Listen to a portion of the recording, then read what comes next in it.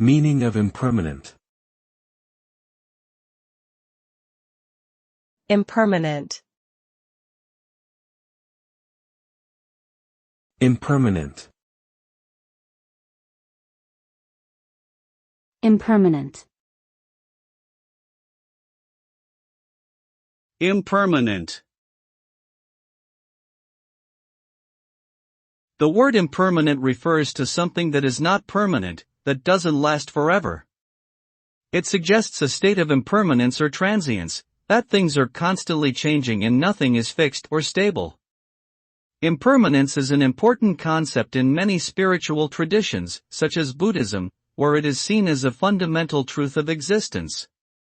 In our daily lives, we encounter impermanence in various ways, from the changing seasons to the fleeting nature of human relationships. Embracing impermanence can help us appreciate the present moment and live more fully in the here and now.